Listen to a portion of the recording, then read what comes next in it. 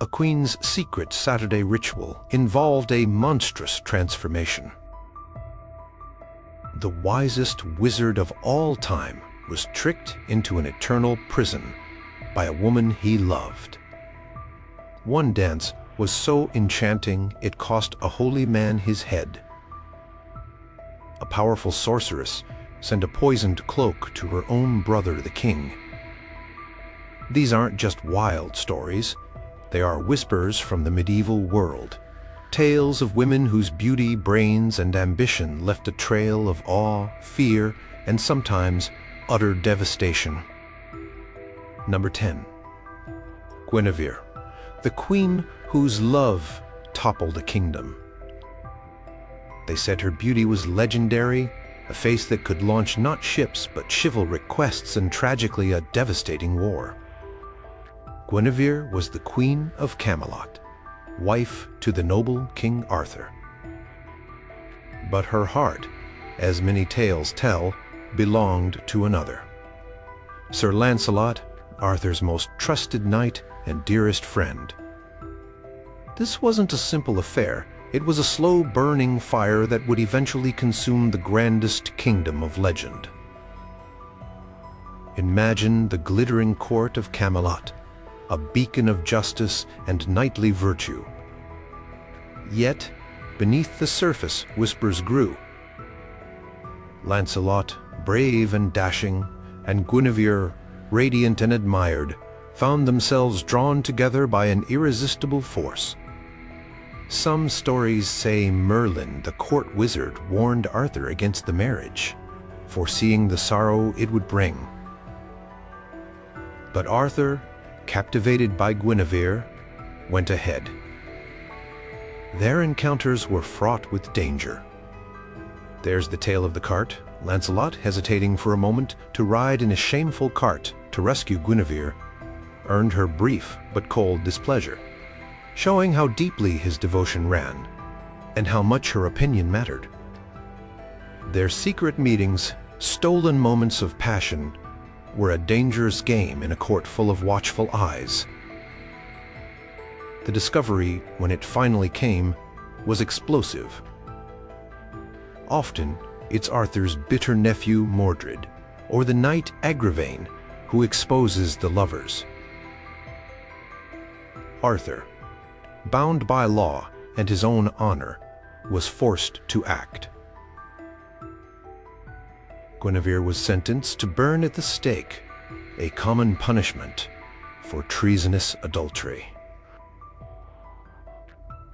Lancelot, of course, couldn't let this happen. He rescued her in a bloody battle, killing several loyal knights in the process, including the brothers of Sir Gawain. This act drove a permanent wedge between Lancelot and Gawain, and by extension, Arthur. The kingdom split. Arthur was forced to pursue Lancelot, laying siege to his castle. Joyous guard, this civil strife, this division among the ranks of the Round Table, was exactly the opportunity Mordred needed. While Arthur was away, Mordred seized the throne and, in some versions, even tried to force Guinevere to marry him. The final battle of Camlan saw Arthur and Mordred fall, and the dream of Camelot died with them. Guinevere, overwhelmed by guilt and sorrow for the destruction her love had wrought, retreated to a nunnery. She spent the rest of her days in penance, forever mourning the king she had respected, the knight she had loved, and the kingdom they had all lost. While not a scheming seductress in the typical sense, Guinevere's passionate, forbidden love became the fatal flaw that unraveled the tapestry of Camelot, making her legendary as the queen whose heart, however unintentionally, brought ruin. Number 9. The Sirens, voices that promised paradise, delivered death. Imagine sailing across a sparkling sea, tired from a long journey. Suddenly, you hear it, the most beautiful singing imaginable. It seems to promise everything you've ever wanted, endless joy, profound secrets, or perhaps just a safe place to rest. This was the deadly allure of the Sirens, creatures whose melodies were a prelude to doom. In medieval legends, often drawing from much older Greek myths, sirens were not always the alluring mermaids we picture today. Early tales described them as part woman, part bird. They perched on rocky islands, their haunting songs drifting across the waves to unsuspecting sailors. These weren't just pretty tunes. They were enchanted, supernaturally persuasive. They preyed on the desires and weaknesses of men. If a sailor longed for knowledge, the Sirens' song promised to reveal all the secrets of the universe. If he yearned for home and comfort, their voices painted pictures of a blissful paradise just beyond the rocks. The result was almost always tragic. Ships, drawn off course by the irresistible music, would crash violently against the jagged rocks surrounding the Sirens' island. The sailors would drown, or worse, be devoured by the creatures whose sweet songs had been their undoing. The shores of their island were said to be littered with the bones and rotting ships of countless victims. One of the most famous stories, known even in the medieval period through various retellings, was that of Odysseus. Warned by the sorceress Circe, Odysseus devised a clever plan. He had his sailors plug their ears with beeswax so they couldn't hear the deadly song. But Odysseus, curious to experience the Sirens' magic himself, had himself tied tightly to the mast of his ship, ordering his men not to release him no matter how much he begged. As they sailed past, the Sirens' song filled him with an agonizing desire to join them. He struggled and screamed to be untied, but his crew, deaf to the enchantment, rowed on, saving him from a watery grave. Medieval bestiaries, popular illustrated books describing animals both real and mythical, often included sirens. They were frequently used as symbols of worldly temptation. Their beautiful upper bodies and enchanting voices represented the superficial appeal of sin or dangerous pleasures, while their monstrous lower halves or the deadly outcome of heeding their call signified the spiritual peril and ultimate destruction that followed. They were a vivid reminder that not all beauty is benign, and some allurements lead only to a terrible end. The Sirens remain potent figures of fatal charm, their voices echoing a timeless warning about deceptive beauty. Number 8. Medea, the sorceress who sacrificed everything, then took it all back. Medea's story is an ancient one, but her shadow stretched long into the medieval imagination, a chilling example of love turned to terrifying fury. She was a princess from Colchis, a land on the Black Sea, and a powerful sorceress often said to be a priestess of the goddess Hecate, or a niece of the enchantress Circe. Her life took a dramatic turn when Jason and the Argonauts arrived, seeking the legendary Golden Fleece. Jason, the charming hero, needed the fleece to reclaim his rightful throne. Medea, struck by love, some say with a little help from the gods, decided to help him, even if it meant betraying her own father and country. She used her magic to lull the serpent guarding the fleece to sleep, allowing Jason to steal it. To aid their escape, she committed a horrific act. She killed her own brother Absyrtus and scattered his body parts into the sea, knowing her father would stop to collect them, thus slowing his pursuit. This was just the beginning of Medea's journey into darkness, all for the love of Jason. Back in Greece, Medea continued to use her powers for Jason. She tricked the daughters of King Peleus, who had usurped Jason's throne, into killing their own father, promising she could restore his youth, but then failing to do so. For a time, Jason and Medea lived together, and she bore him children. But Jason, perhaps tiring of the foreign sorceress or seeking a more politically advantageous match, decided to marry Glauce, the princess of Corinth. This betrayal ignited a rage in Medea that was as potent as her magic. Spurned and heartbroken, she plotted a terrible revenge. She pretended to reconcile, sending Glauce a beautiful golden coronet and a delicate robe as wedding gifts. But these gifts were enchanted, soaked in a magical poison. When Glauce put them on, the coronet burst into flame and the robe clung to her flesh, burning her alive. Her father, Creon, rushed to save her and was also consumed by the magical fire. But Medea's vengeance was not yet complete. In the most chilling act of all, to inflict the ultimate pain on Jason, and to ensure her children would not be harmed or enslaved by her enemies, she murdered her own sons. With her enemies in Corinth dead and Jason utterly broken, Medea, according to many versions of the myth, escaped in a chariot drawn by dragons, sent by her ancestor Helios, the sun god. Her story, known through texts like Ovid's Metamorphoses, which was widely read in the medieval period, served as a terrifying tale of a woman whose immense love, when betrayed, transformed into an equally immense and destructive hatred, making her one of the most formidable and feared femme fatales of legend. Number 7. Kundry, the cursed wanderer and Grail seductress. Kundry is one of the most mysterious and complicated women in medieval legend, a central figure in Wolfram von Eschenbach's epic poem, Parzival, a tale of the Holy Grail. She is not simply good or evil.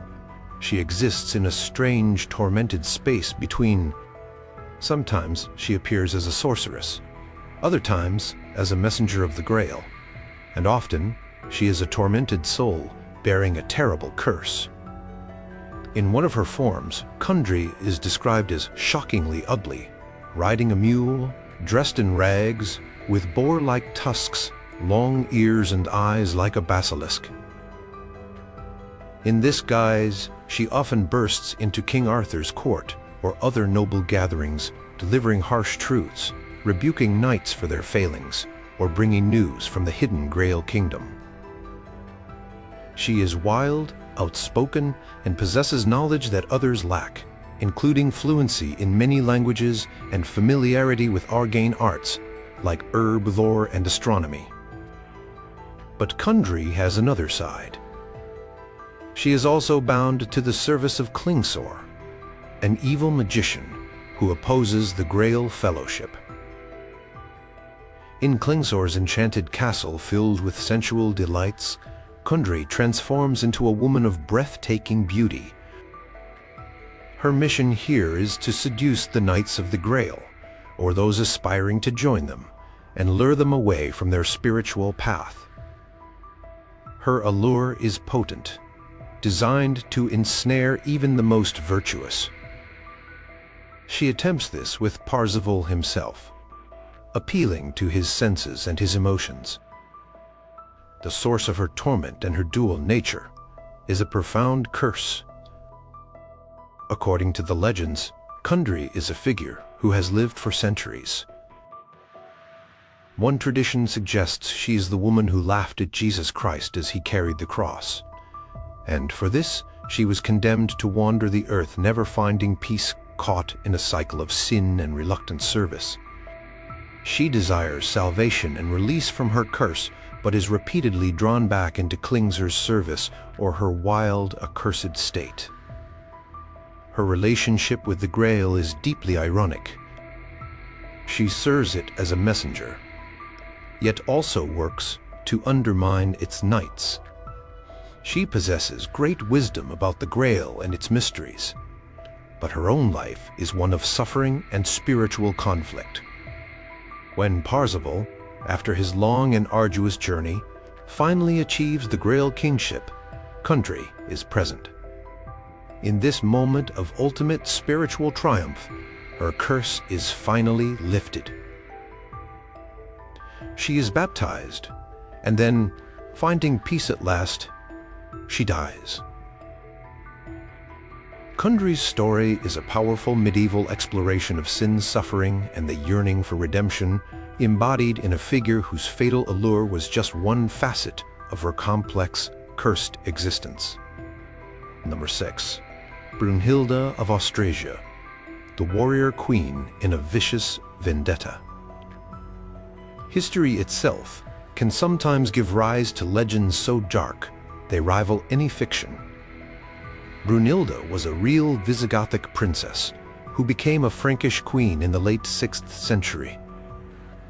Her life was a whirlwind of political intrigue, family feuds, and acts of such reputed cruelty that she became a legendary figure of fear and power, often blurring the lines between historical queen and vengeful femme fatale.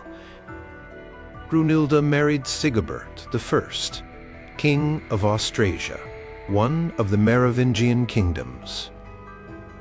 Around the same time, Sigebert's half-brother, Chilperic I, King of Neustria, married Brunhilde's sister, Galswintha.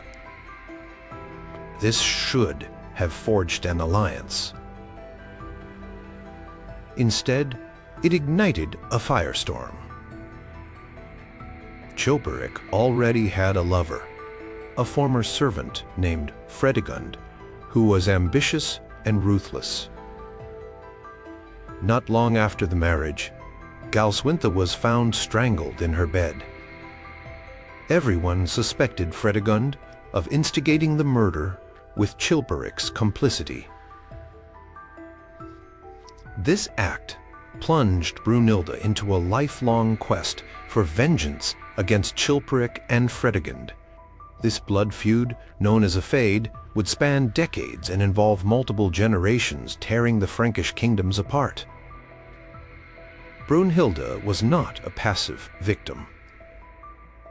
She was intelligent, educated, and politically astute. She became a major power player, ruling as regent for her son, Childebert II, and later for her grandsons, and even a great-grandson. She was a capable ruler in many ways, corresponding with popes and Byzantine emperors, reforming finances and building churches. But her enemies, and later chroniclers, painted a picture of a woman consumed by ambition and a thirst for revenge.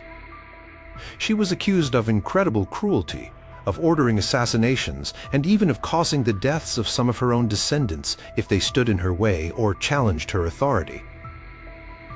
Legends grew around her, depicting her as a woman who would stop at nothing to maintain power and crush her enemies.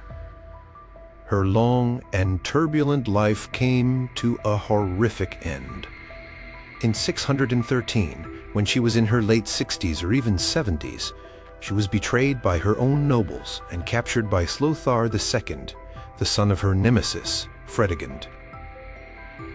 Clothar subjected her to 3 days of torture. Then, according to the chronicles, he had her tied by her hair, one arm, and one leg to the tail of a wild horse. The horse was whipped into a frenzy, and Brunhilde was dragged and torn apart. Her brutal execution cemented her legendary status as a queen whose fierce determination and alleged ruthlessness made her a figure of both awe and terror for centuries. Her story became a cautionary tale about the destructive power of vengeance and unchecked ambition. Number 5. Fredegund, the low-born queen, who clawed her way to power with poison and dagger. If Brunhilde was the vengeful queen, Fredegund was her shadowy, equally formidable rival. Fredegund's story is a medieval rags-to-riches tale, but one soaked in blood and intrigue.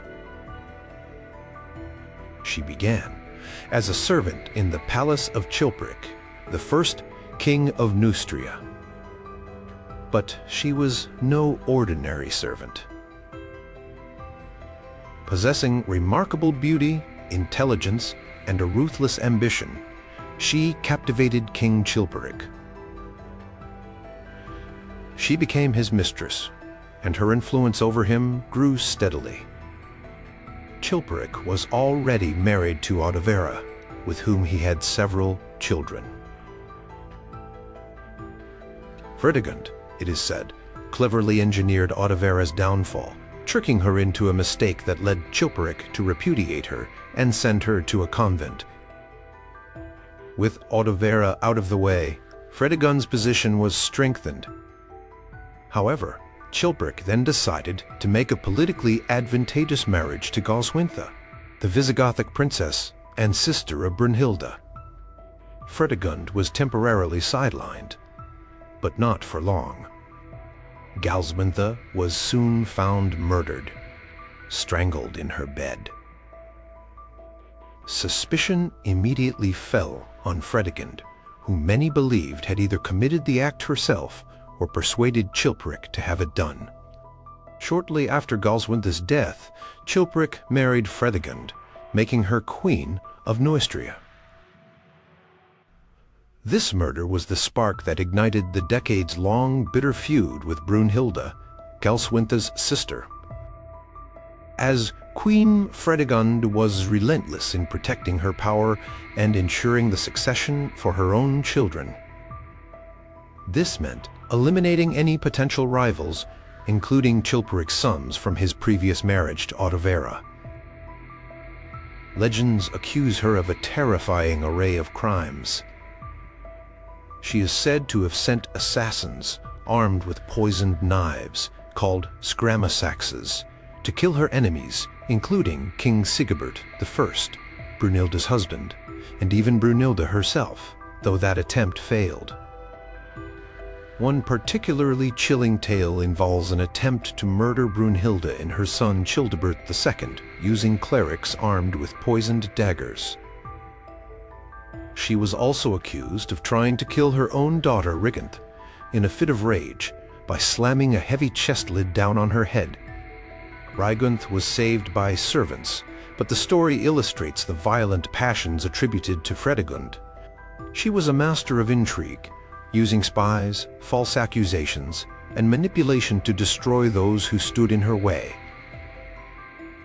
When Chilperic himself was assassinated, some even whispered that Fredegund might have been involved, fearing he was about to turn against her.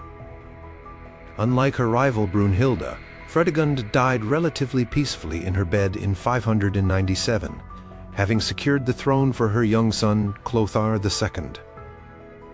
It was this son who would eventually capture and execute Brunhilde years later, completing his mother's vendetta. Fredegund's legend is that of a cunning, utterly ruthless woman who used her allure and a complete lack of scruples to rise from obscurity to the pinnacle of power, leaving a trail of bodies and fear in her wake. She became a medieval archetype of the deadly, ambitious schemer. Number 4. Salome, the dance that cost a prophet his head. A banquet, shimmering lights, exotic music, and a young woman whose dance was so mesmerizing it led to a holy man's execution. This is the story of Salome, a figure whose brief appearance in the New Testament blossomed into a powerful medieval legend of seductive, deadly feminine power. The original story comes from the Gospels of Mark and Matthew.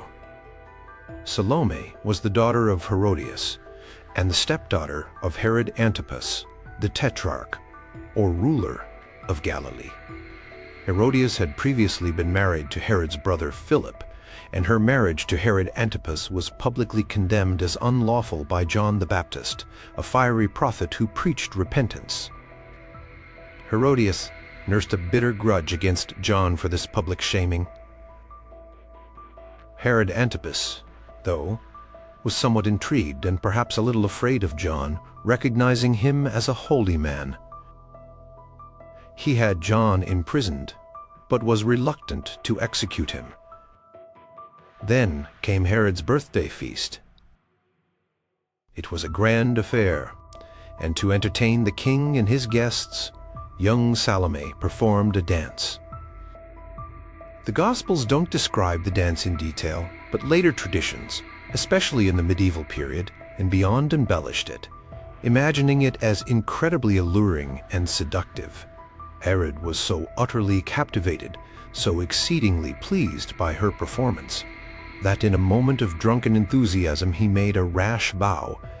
He promised Salome, "Ask me for whatever you wish, and I will give it to you, even up to half of my kingdom." Salome, perhaps unsure what to ask for, went to her mother, Herodias. Here, Herodias saw her chance for revenge. She instructed her daughter to demand the head of John the Baptist on a platter. Salome returned to Herod and made her horrifying request. The king was shocked and distressed. He knew John was a righteous man, and he was reluctant to kill him. But he had made a public oath, and he was unwilling to lose face before his court. So Herod gave the order. A soldier was sent to the prison.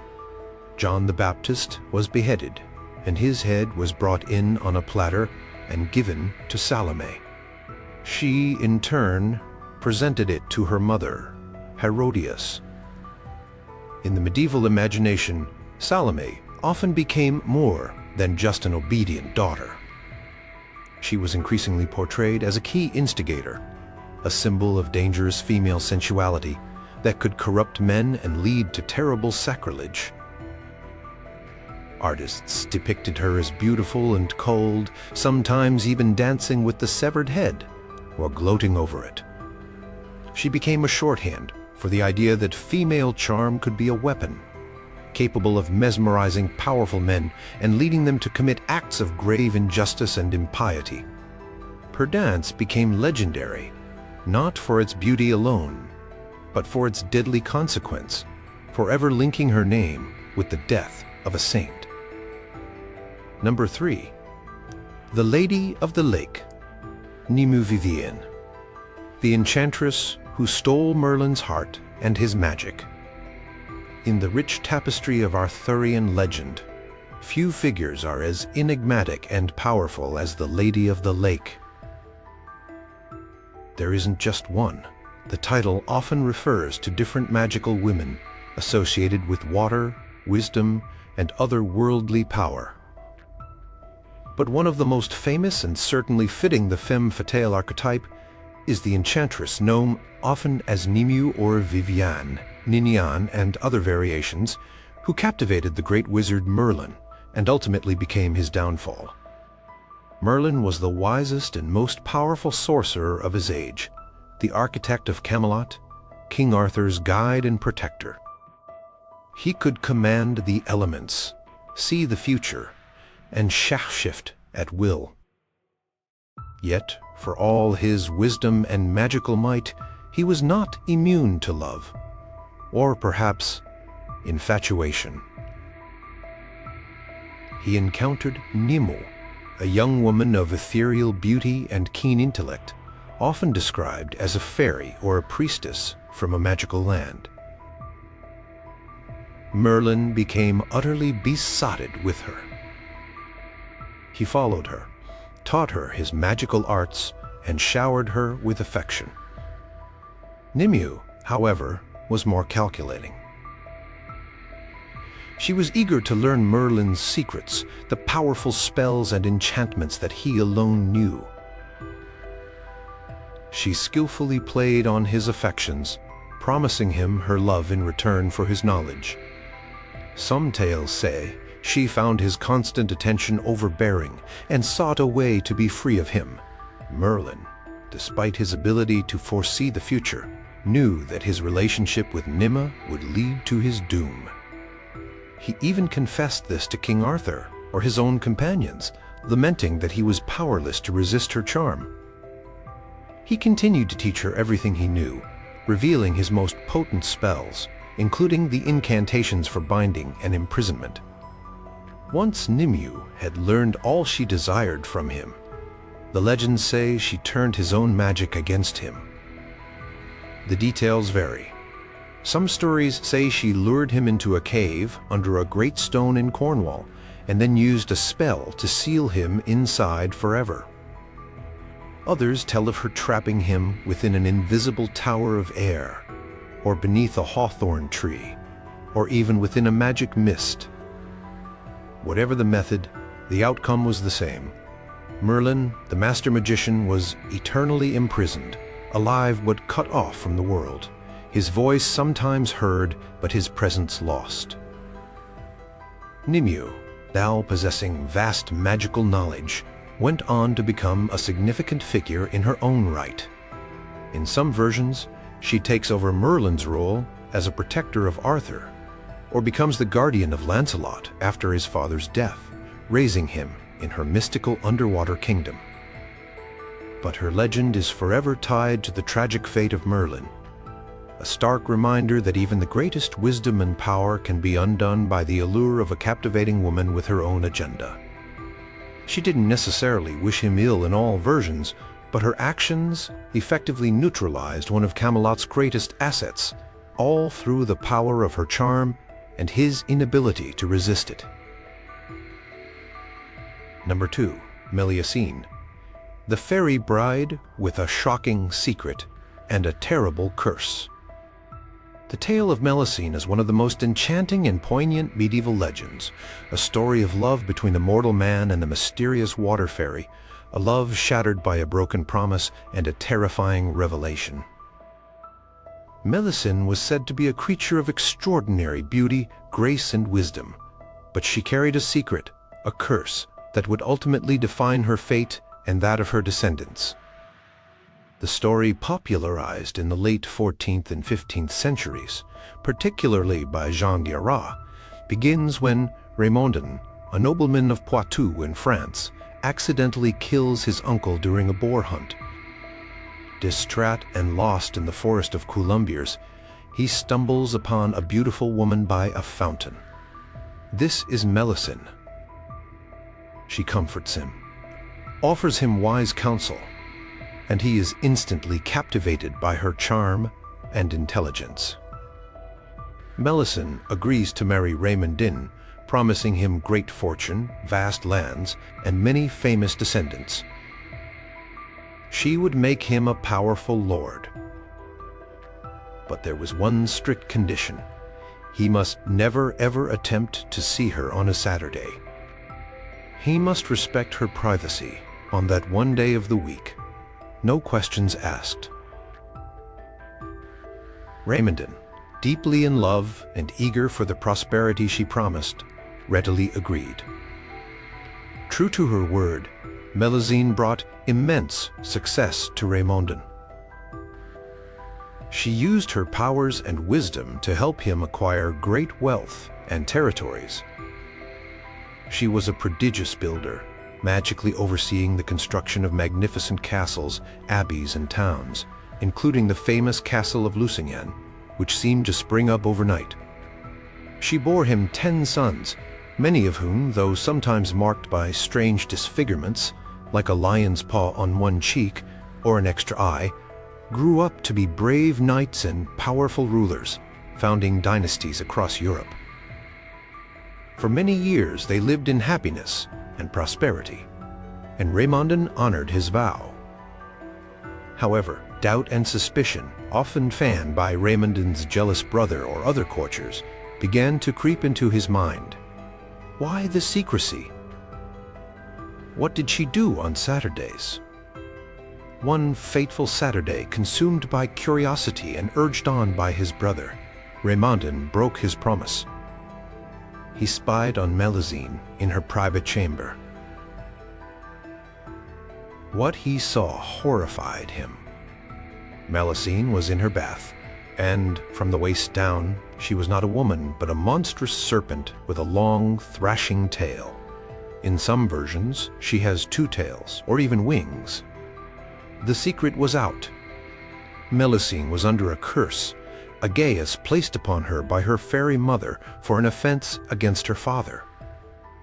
She was condemned to take on this half-serpent form every Saturday.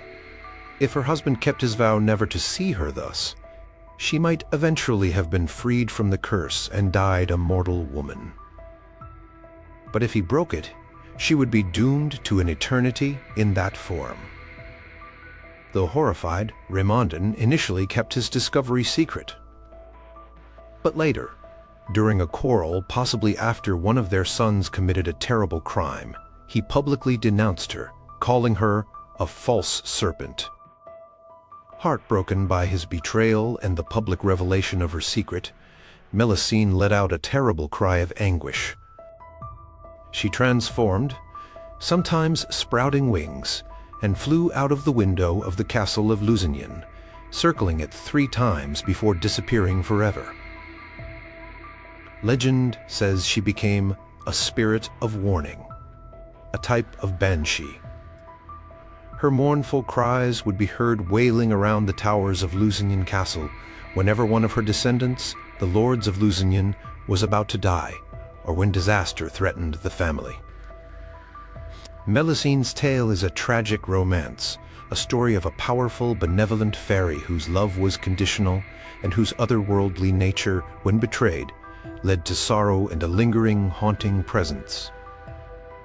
Her allure was magical, her gifts immense, but the breaking of a single taboo turned her from a loving wife into a legendary portent of doom. Number 1. Morgan Le Fay, the dark sorceress of Camelot.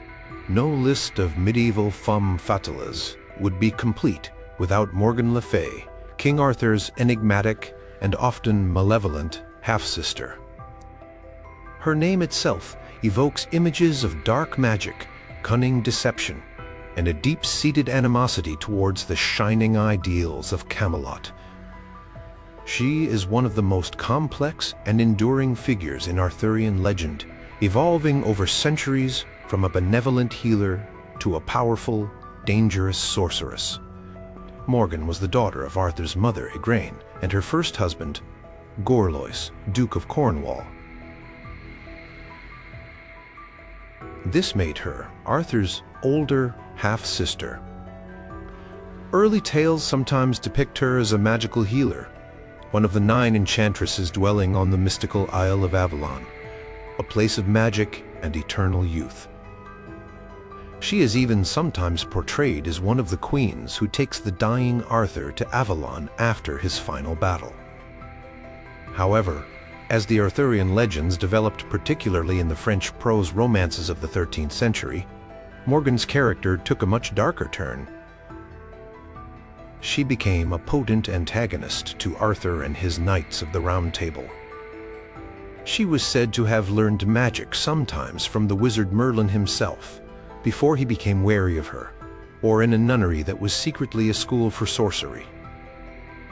She became incredibly skilled in illusions, transformations, and healing, but often used her powers for nefarious purposes.